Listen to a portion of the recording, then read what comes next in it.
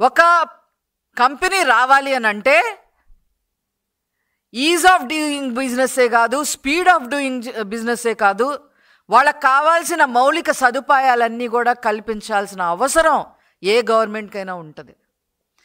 కల్పించడమే కాకుండా దానికి భరోసా కల్పించడం కూడా గవర్నమెంట్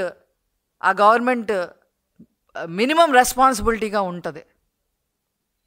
ఒక ఇండస్ట్రీ ఒక చోట పెడుతున్నామంటే నీళ్ళు ఎక్కడి నుంచి వస్తాయి, విద్యుత్ ఎక్కడి నుంచి వస్తుంది,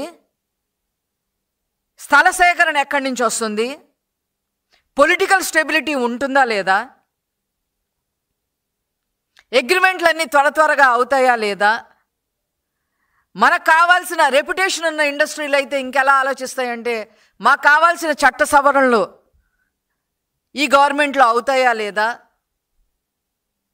క్లీన్గా ఈ గవర్నమెంట్ పనిచేస్తుందా లేదా, ఇది కమిషన్లు కక్కుతి పడే గవర్నమెంటా కాదా అనే ఆలోచన విధానం చేస్తా ఇన్ని రకాలుగా ఆలోచించడం జరుగుతుంది.